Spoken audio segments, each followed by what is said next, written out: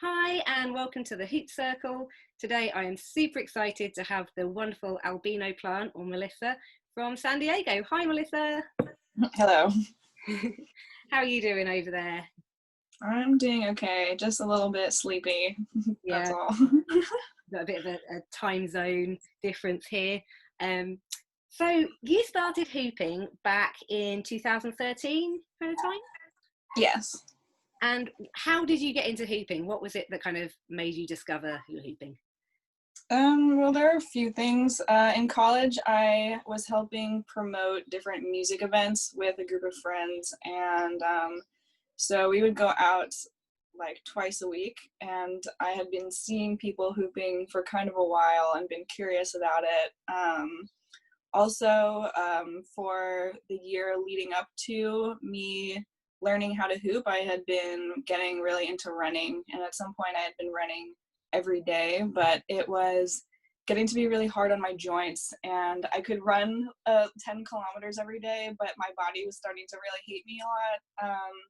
It was also starting to get really cold, so around the time that I ran a 10K race, my friend had bought herself a hula hoop and went to a national park, and she invited me and taught me a couple tricks, and I was just so addicted that I went home and instantly bought my own one. And so after that we started practicing together, and that was it.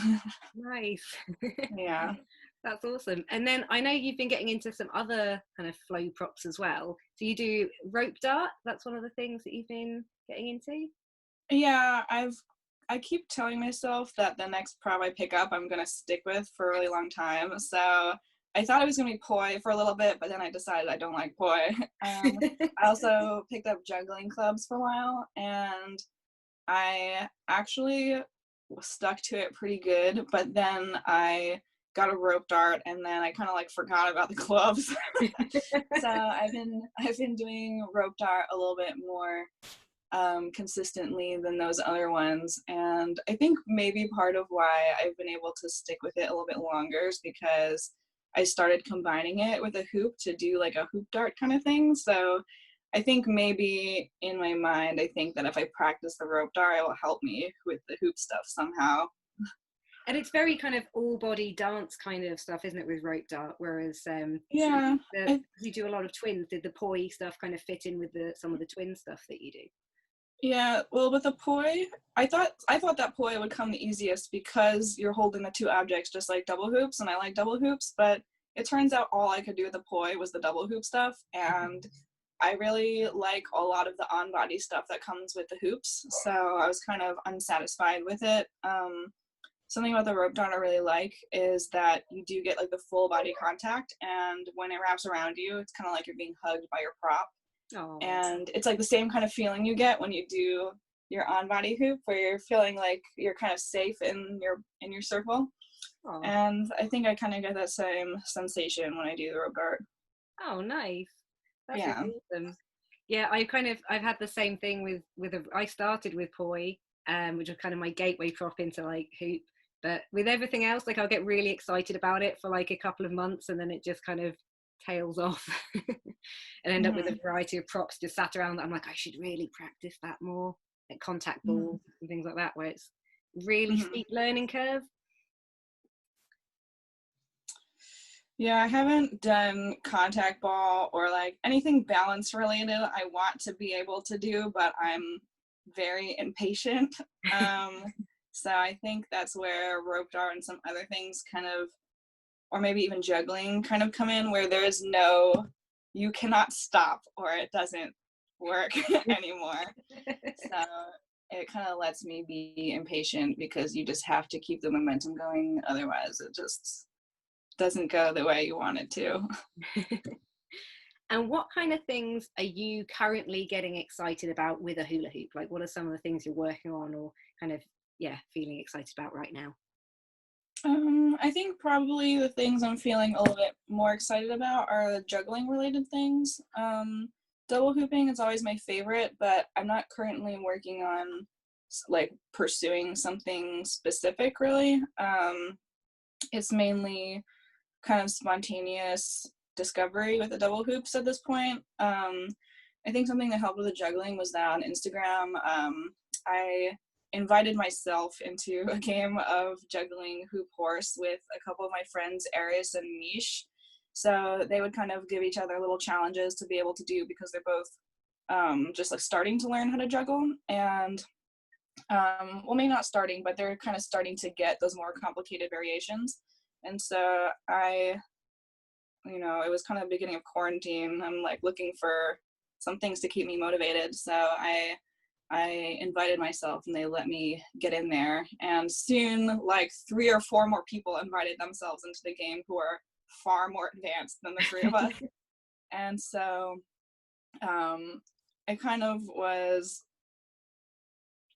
it was really challenging, but at the same time, I was able to get a few different juggling variations that I didn't really think I was going to be able to learn in such a short time.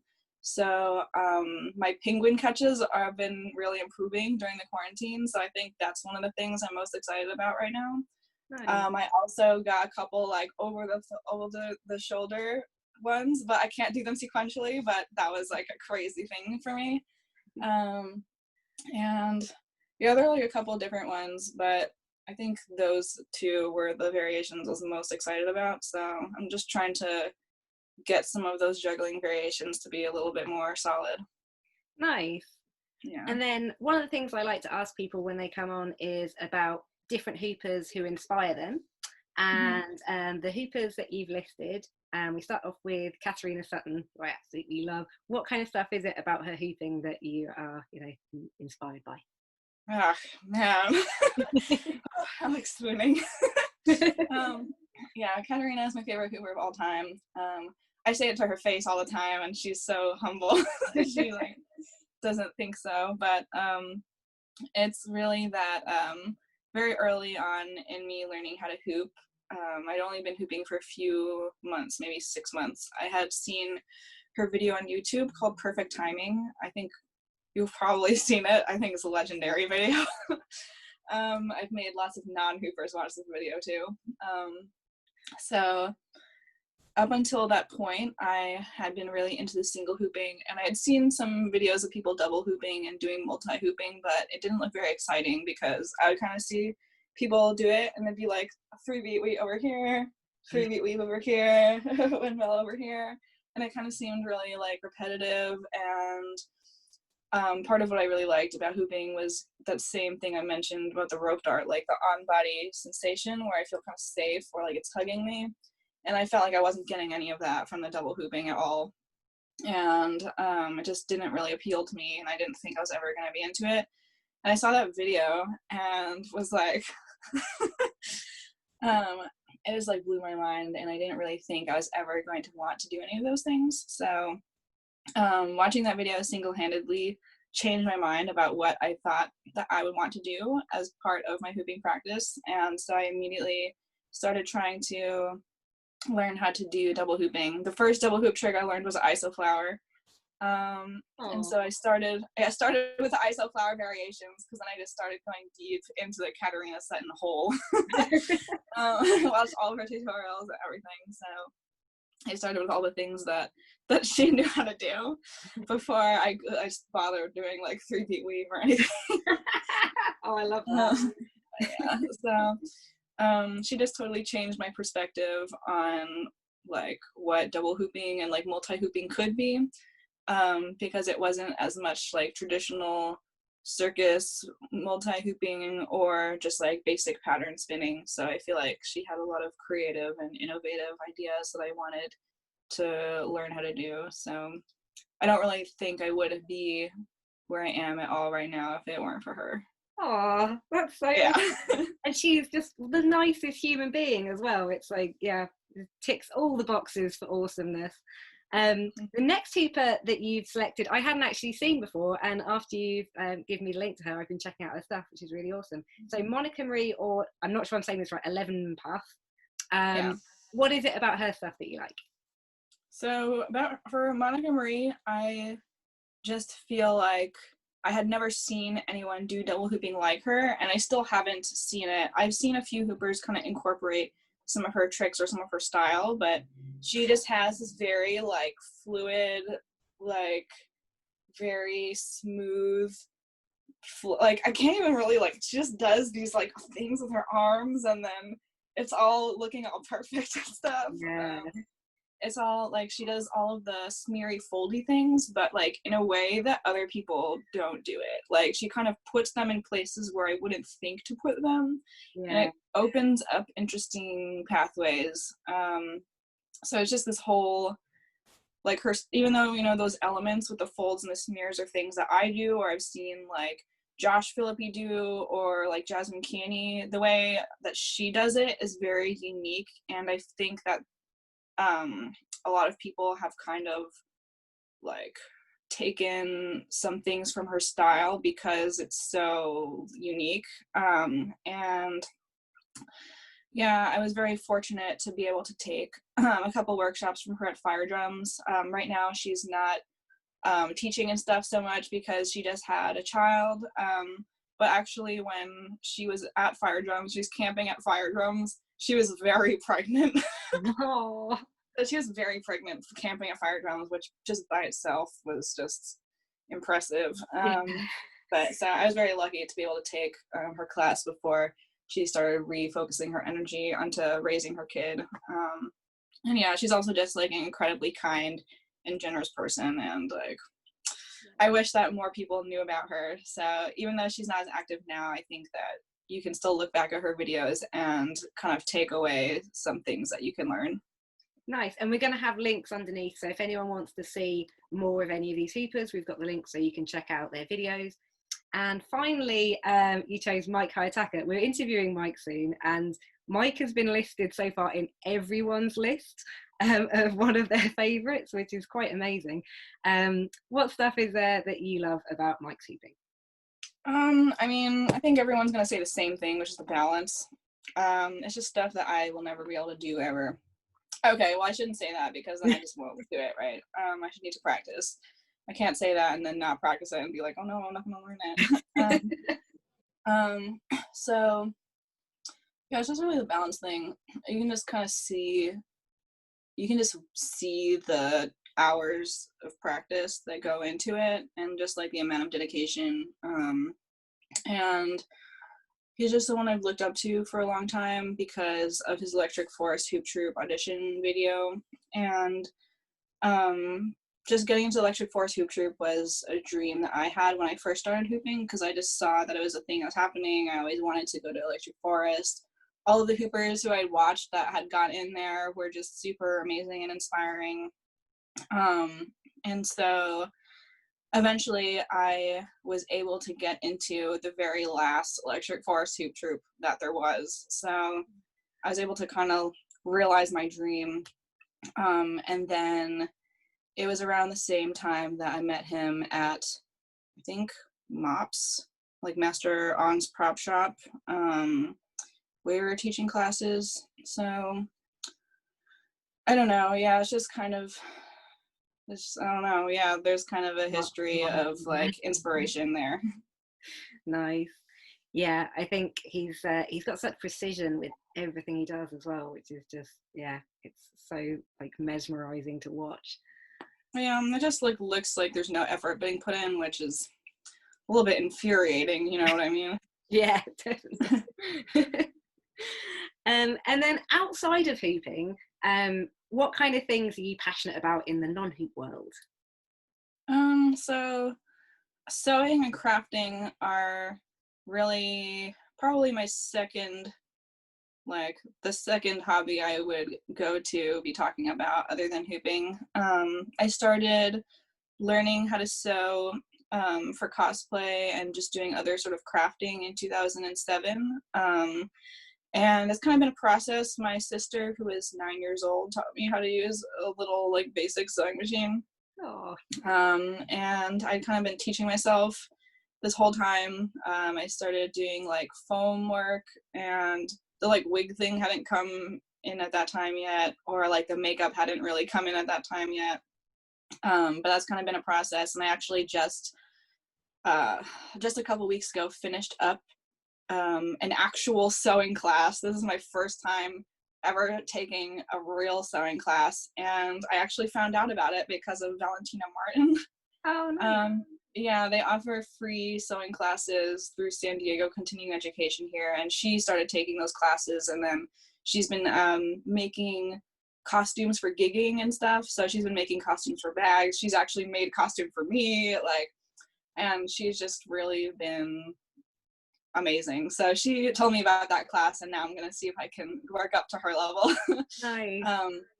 Yeah, so that's kind of nice. And I've been doing some I've made a few items for me to wear to my office. I have a good amount of progress on like a fire spinning performance jacket. I also have made about 70 face masks at this point for people for the pandemic and stuff. Have some face masks right next to me. We can. Oh yeah, let's see. Look how beautiful. So okay, so here's one of them right here. Oh wow! I'll model it for you. Take my mask off. Oh god. Okay, so let me put this little knot in there. Okay, so here's my face mask. You can just see how lovely it is. Yeah, so I have a little nose wire in there, and I put like a filter inside, and you can just, I'm just gonna show off my beautiful sewing. Oh wow! You can see my nice little like my serged ends over here, and then this part here that lines up with this thing opens for you to put the filter inside. And I'm like very proud of the like even stitching around the edge and stuff. Nice. Yeah, so it's been a work in progress. That's really high end. I like what you I actually just before this interview put up my first sewing tutorial on how to make face masks, so you can find it. You can find it on my Instagram. Yeah. Oh, that's fantastic. And with the cosplay stuff, like, what are your like favorite kind of genres of cosplay for dressing up? Like, what kind of things are you into? Okay. Well, it varies quite a bit. I really like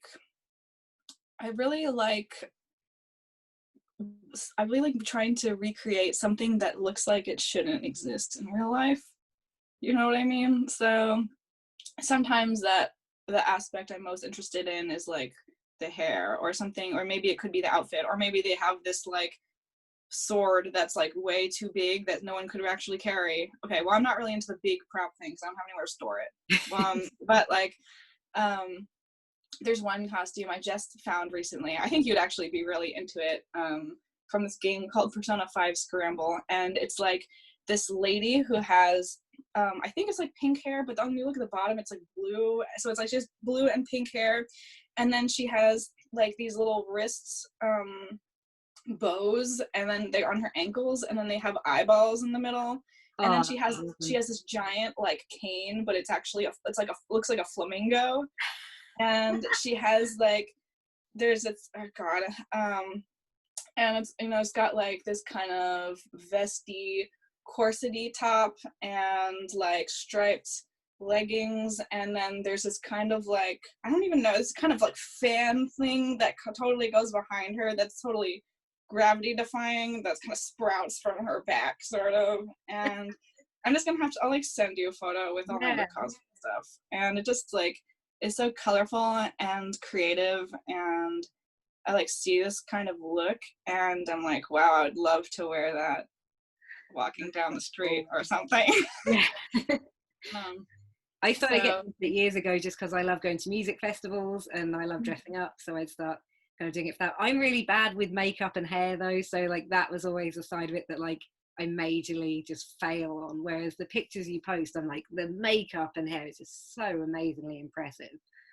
Oh, thank you. Yeah, the makeup thing has been, I think the makeup skill is kind of the last one that, like the most recent one I've kind of gotten into. I think, yeah, like first was this, I was like, oh, I need to learn how to sew stuff for me to wear it. And then after that I was like, okay, I need to learn how to make a prop, like glue this foam and paint it like this to be able to have this thing. And then like, I think wig styling is still one of my weakest skills, but I started kind of getting a little bit better with that, and being, because sometimes, the hair gets so big or it gets so spiky. I'm like, how do you get it like that? And then, I feel like after you have all the costume pieces, there's still something missing. And it's really that if you don't make your like face, or you don't make it look like, you know, then there's still this element where you look like you're dressing up as someone. It doesn't look so much like you brought them to life, you know what I mean? Yeah, So I think so I think that was kind of the final thing where I was like, okay, I didn't really think I was ever gonna like putting makeup on, but I gotta get good at it or I'm not gonna achieve the goal, you know. But now I have more fun with it, and I'm trying to do it just like every once in a while in my daily life, some creative makeup, just so I can kind of come to enjoy it more and get a little bit more skilled at it, or have it not take like 2 hours every time. Yeah, no, that's totally fair. Is it something you ever want to combine with the hooping? I do kind of hoop performances in cosplay. Is that something that interests you? I have thought about this for a long time. I would really like to, and I don't know if you've been to anime convention, but all the anime conventions have an event called the Masquerade, and usually people will put together like a skit or like some sort of like short, or some people will do some performance. And I always thought it would be great if I could enter a masquerade in a costume that I thought was well made and do like a hoop performance.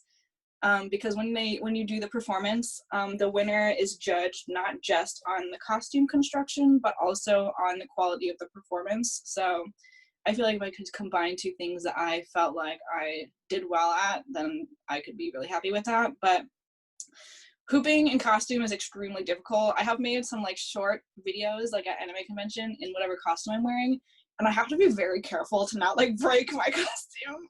Yeah. So it can be kind of like difficult. Like if I have some like horns on, I could like break them off or something, like, you know, so it's kind of difficult. Plus I would need to find some sort of character that like it's not too out of context to be using some flow prop. So I need to come up with some reason why that would be happening. It would be most ideal if, let's say, there's an anime where there's a hula hooping character that looks really cool. Yeah, I'm trying to think there, the name is one. From Soul. It's one of the Soul Calibur. I think it's Soul Calibur 4 where they had the hooping. I saw that girl that you're talking about. I know who you're talking about. So I was like, yeah. So I don't know. But it'll happen one day. No, definitely. I would love to see that. It's so great when you get people's kind of outside of hooping passions that can combine with it. And just, I know what you mean with like, even with just doing like hoop burlesque, like so many times I'm like, oh, I'd love to wear that like kind of hat or fascination. I'd love to wear this, but I end up rolling around on the floor all the time, and it's just completely impractical to have things attached to my head. Mm-hmm. And it becomes kind of, I kind of think, oh, I should have got into types of hooping that wouldn't clash with awesome headgear, but too late now. If I can do.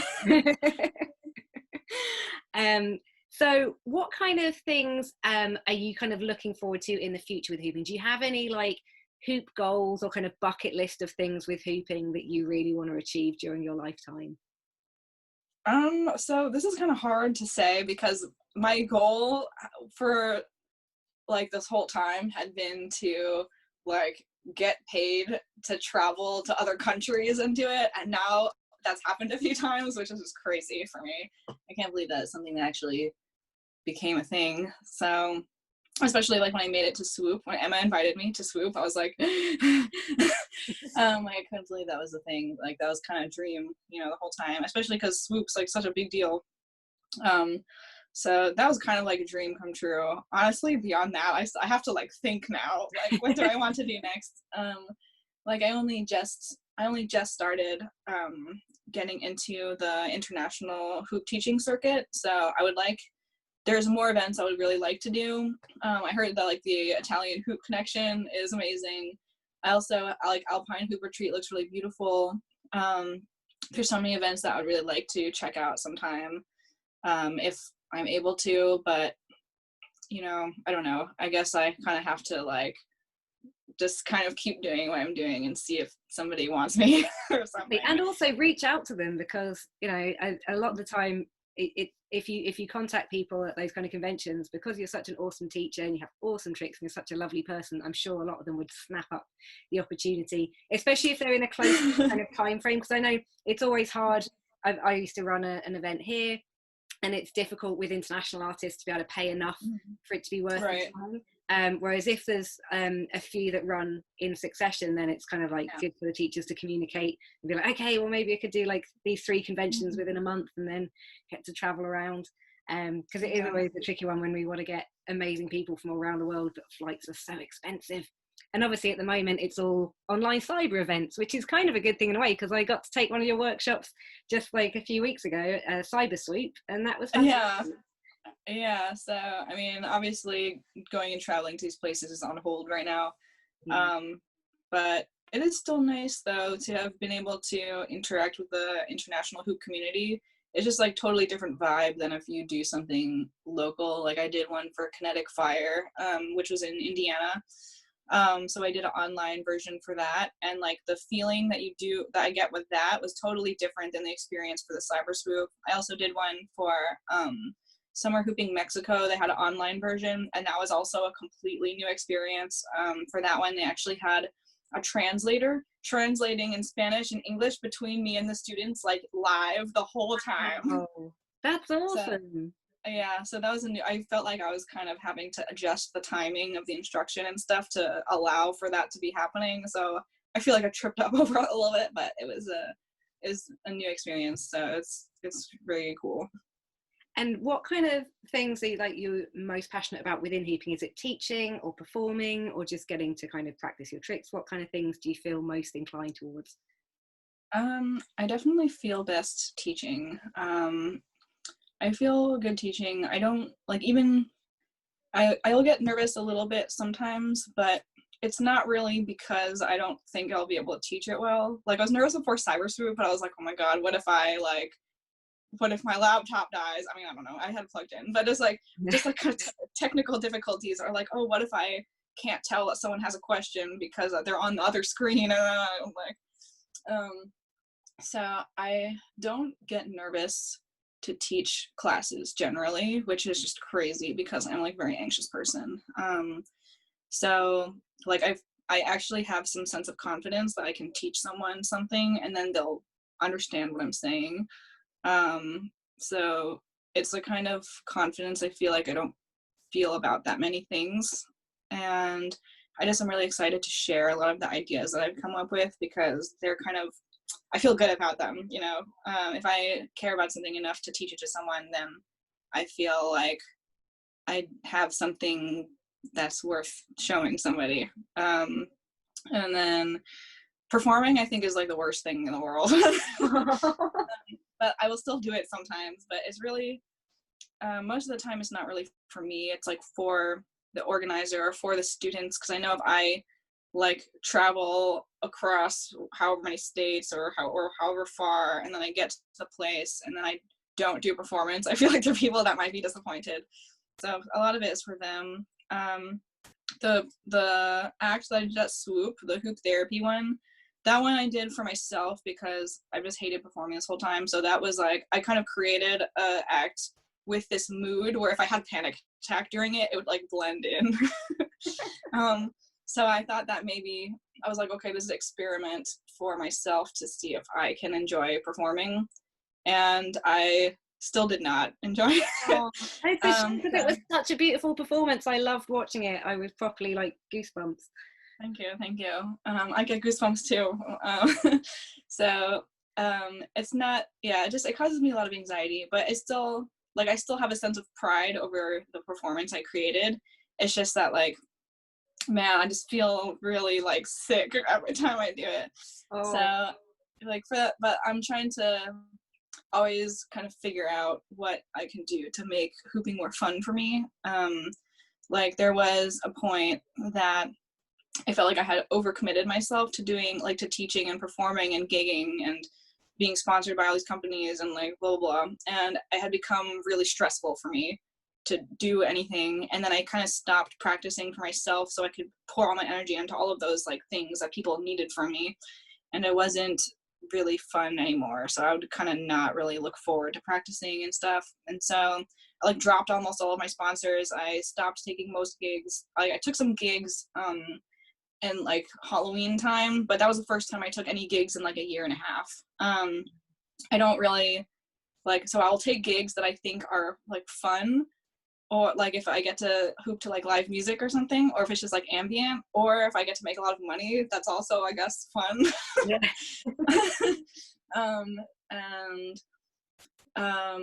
Yeah, so I feel like I also stopped really applying to places to teach. I like wait for people to come to me. So then it's like the number of events I have are like more reasonable. I don't do as many things that are like stressful, and I have more time to put into my own practice. So I think, yeah, it's kind of the way I've been distributing my energy to like gigging and performance and teaching and practice is kind of an evolution in how I can do those things to make it so I am the most happy doing the hoop stuff. No, that makes a lot of sense. And yeah, it's always that kind of the journey with hooping of like becoming completely obsessed with it and just doing it all the time, and then other things in life kind of taking over, or kind of feeling like you're plateauing with certain things, or like say you're overcommitting to certain aspects of it. And I think it's one of those ever-changing things through years and years of hooping, we're finding like what's the right balance. I know that during lockdown, like my hooping has just tailed off so much, and I'm just obsessively cross-stitching and making art projects, and yeah, and I know it'll come back when I, you know, can go to events and things more, because I think I'm someone who I'm really inspired by being in really nice practice spaces and being around other hoopers, and just having like a tiny space in the house to practice in a lot of the time is not where I find my creativity with hooping. So yeah, it'll just kind of go up and down. In terms of videos, so we wanted to know 3 videos that you like. The first one we've already mentioned, and we're going to show a clip of this in a sec. Again, there's going to be links underneath so you can watch the full videos if you like them. Is Caterina Suttin Perfect Timing. What is it that you like about this video? Man, I just feel like, yeah, it's for this video opened my eyes to what multi-hooping can be like. I'd never seen anyone do like body lock. Like I took a private lesson from her and learned that, and then I kind of came up with my half body lock variation, and I went full into the rabbit hole. Also with like the quads, I never seen anyone do quads like her. I never got like super into the quads, but like when I watch her do all of that, it like makes me want to do it, you know? And I think that's like one of the best things about like a hooping video is like you watch it and then it makes you inspired to want to learn something. So I think it's like one of the most inspiring hoop videos I've ever seen, period. South to the west side, pushing fat rides, it isn't no surprise. She got tricks in the stash, stacking up the cash, fast when it comes to the gas. I know me at fresh, all in she got the hat there. Baby, you a perfect team, I wanna get in, can I get down so I can win?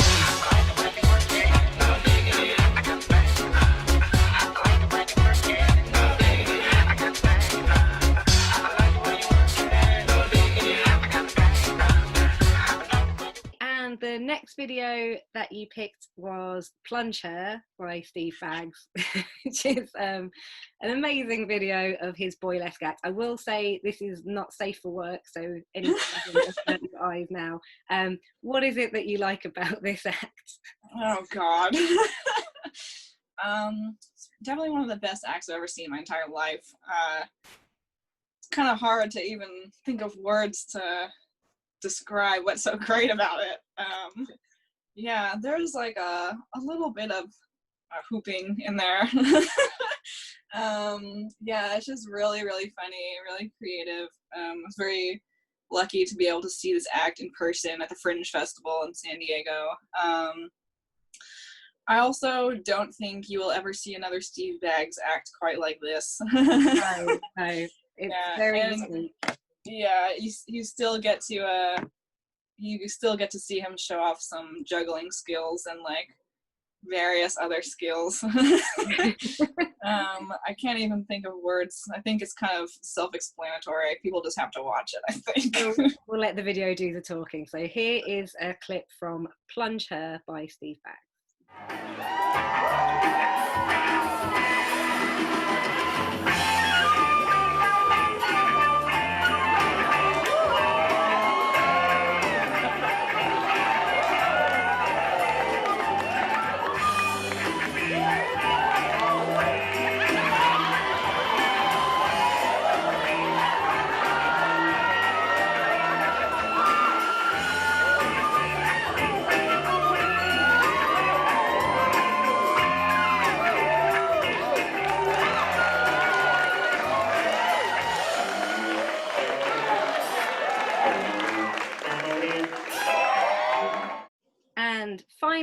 the last video that you've picked is Boom by Emma Hornell. Again, I was lucky enough to see Emma like the week she put this video out, and she was like, it's getting quite a few views. And I was like, wow. I'm not surprised. It's quite amazing. What is it that you like about this video? Well, this video is also very inspiring to me. I can't remember who told me to watch this video now. It was someone on Instagram told me to watch it. Man, I can't remember why, but her video, it's what inspired me to come up with the double escalators. Because okay, I can't even comprehend how this is like possible, but she like juggles 3 hoops, and then it's kind of like a shower pattern where she escalates the hoop that she catches, but it's kind of the forward variation one, and then it's not really like a full one because she kind of catches it in her elbow and then it goes in her hands and then she throws it. But just like juggling 3 hoops and having one escalating the whole time, like, yeah. I tried figuring it out because I was like, oh, I know how to juggle. I know how to do escalator. So maybe I can try it, but it's just not even close. So I was like, oh, how about I try it with 2 hoops? Because that's normally, if you're trying to juggle, you do it with 1 hoop and then 2 hoops and then 3 hoops. So I tried it with 2 hoops and I was like, oh, this is okay. But it felt a little bit awkward, like catching it in the elbow and stuff. So I was like, oh, maybe it'll feel less awkward if I do the reverse one, like the one I normally would do. So I tried that one and it wasn't really going so good, but I kind of found like an opening where I was going to be able to get the second hoop to like go back to the original hand, and it took me like a really long time to be able to figure out how to do it smoothly. And then that's like the split time, same direction escalator I do in my double escalator workshop that I taught at Swoop this past year. So I ended up having a full curriculum workshop around stuff I figured out after watching this video. That's incredible. And yeah, but so I now I kind of want to turn my double one into a 3 hoop one, because instead of passing it to the hand, I could throw it. But I still haven't put enough time into it to be able to like get really super close to getting it. But just everything about her video is super amazing and creative, and she just has lots of really unique movements that I feel like you just won't see anyone else do. Also, the musician that has the background music of that video, I thought it was a very interesting choice of music when I was watching the video, and I looked into the musician. His name is Howie Lee, and he's from I think he's from mainland China, and it's like he combines these kind of traditional Chinese instruments with kind of more modern hip-hop elements, and it's just very like eclectic music. And then I have since then like started following him, and then he like now I have his albums and stuff that I listen to, and then sometimes I play his album in like the background of my workshop and stuff. So I feel like not only did I get inspired enough by this video to come up with a whole workshop on it, then I also kind of got to take the music and bring it into my personal life. So that was kind of nice. Nice. Yeah, it's just very amazing video.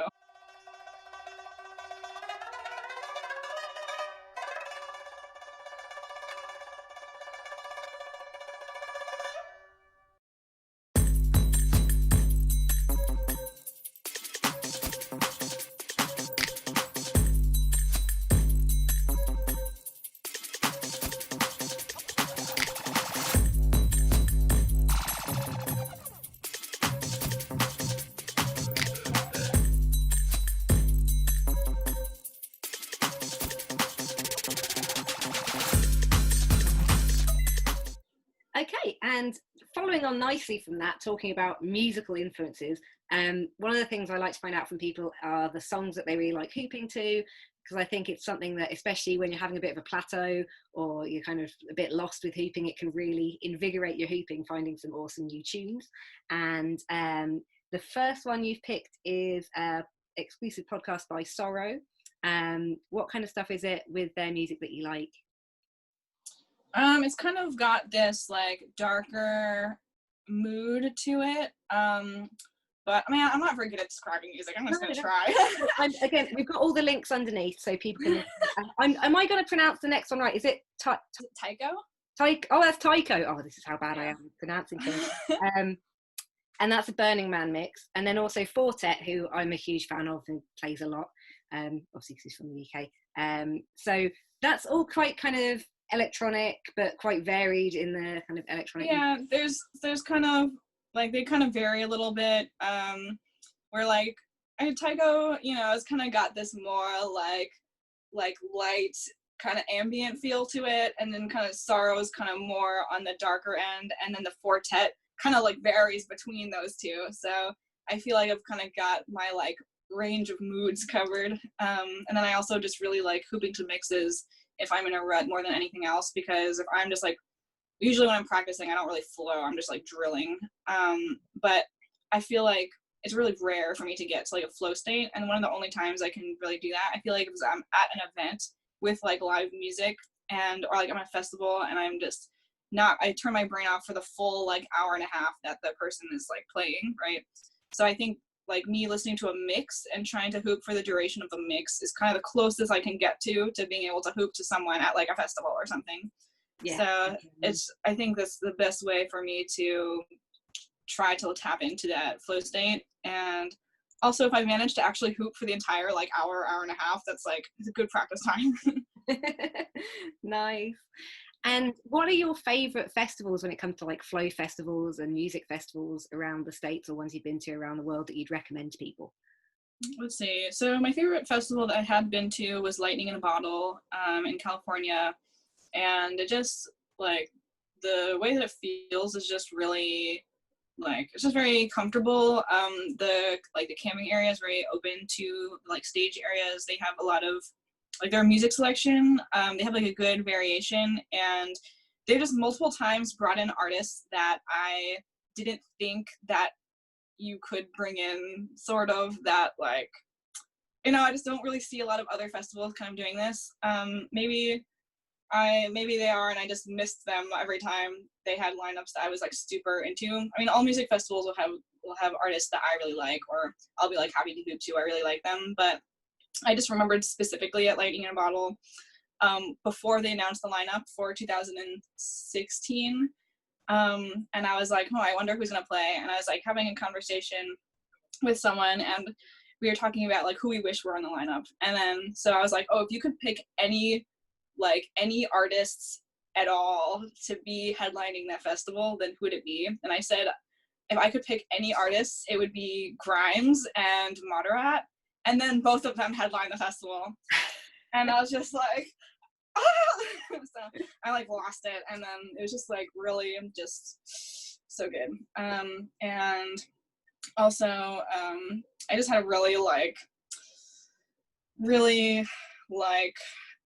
amazing experience, and they brought in Subtract one year. And it's like, I'm like totally sober and stuff, you know, but they just have really, they have really great artist selection. They have a lot of great art installations, and just, I feel like it's always a good time when I go. So there have been other festivals that I enjoyed quite a bit as well. Like Electric Forest also had good music. They definitely have more in terms of like art installations and stuff. So I think it kind of depends like what you're looking for, but just like the vibe of the festival and like the music there was not as much. It was like my preference there was mainly for just like the vast amount of arts that you would be able to take in. I've been to quite a few festivals on the East Coast also, just because I did do like the promoting for the music events in college, but I've so far enjoyed like the West Coast events better. I've heard a lot about events like in Europe and like UK and like all these other places, but maybe one day I'll get to check those out. I hope so. It would be great fun to go to some of the ones over here with you. Or get you when people are allowed to gather socially again. Yeah, one day. And what did you study at college? So you went to the East Coast to study? Yeah, well, I'm from the East Coast, but I went to Pittsburgh in Pennsylvania to study. I studied civil and environmental engineering. So I always thought it'd be nice if I could help the earth. Plus, I didn't really want to do something where I would have to be good at like chemistry or something. So I was like, okay, like bioengineering, chemical engineering are out of the question. But I want to do something that I feel like can be helpful. And so I thought that if I did something related to like buildings or something like that, then I could do something where I could like math the answer to stuff, because I'm like, I think math is just easier than most things, because there's only one answer. Yeah. Whereas most things, there's more than one answer, and then it's all complicated. So if there's only one answer, then it's just easy, right? So I was like, if I can just math my way to getting something that's good for the earth, then that would be nice. Like something I didn't really fully realize before I got into like trying to get a job and stuff was that there are many different aspects to like building systems. And so like I kind of studied from the civil engineering part with, you know, because I have to like construct buildings, they have to do it, like you have to design them in a way that's like going to be efficient. You need to like source materials that are, you know, there's all these different criteria for how you can have a building be more like sustainable or more like efficient or whatever. I'm now working on the mechanical engineering side of things, because it turns out that it's like the mechanical systems that operate in the building that contribute most to like the energy efficiency and stuff, rather than the actual like, rather than the civil engineering side, which is kind of more like laying the foundation or like just, I mean, there's a lot of things that kind of go into it, but I now in retrospect think it would have been better if I had studied mechanical engineering, but it's fine. I got to where I am either way. Well, thank you so much for chatting to us today. And my final question is there anyone who you would like to see on future episodes of the Hoop Circle that you'd like to know about their hoop journey, who you like say, oh my gosh, person and think, oh, what is their path that they've gone on? Wow, probably. I think I'm probably most curious about people who I looked up to when I was like learning. So like people who I feel like were more of like the OGs, you know, because I think that their perspective or like who they look up to and like what got them to learn is like a totally different thing than it would be for me. So if you ask someone else like that's kind of in the same like generation of hoopers as me, then I feel like maybe a lot of the people who they look up to or how they got into it might be similar. But I feel like as people like you know, like Bagalicious or Babs Robinson, or like I'm really, now that I know Emma's doing it, I'm really looking forward to that, or like Gail O'Brien. I feel like it's people like that I'd really like to hear their perspective on things, because that's just the kind of a story that no one now would share that perspective. Yeah, I completely get what you mean. It's like I remember the amount of bands I got into because I used to read interviews with like Nirvana and be like, oh, okay, these are the bands that they like, so I should go and check those out. And yeah, it's that kind of lineage of what's inspired the things that inspired you. Yeah, I guess I'm gonna throw Bags and Valentina into the hat, because well, they are also, they're doing an interview very soon as well, so you'll get that. Oh, definitely. okay. Okay, great. Dream came true. Well, thank you so much for talking to us today, and look forward to seeing all the things you do in the future. And we've got links underneath so they can check out your stuff and also the videos that you've mentioned, the music, so people can see things that inspire you and things that might help inspire them. So thank you very much and take care. Thank you.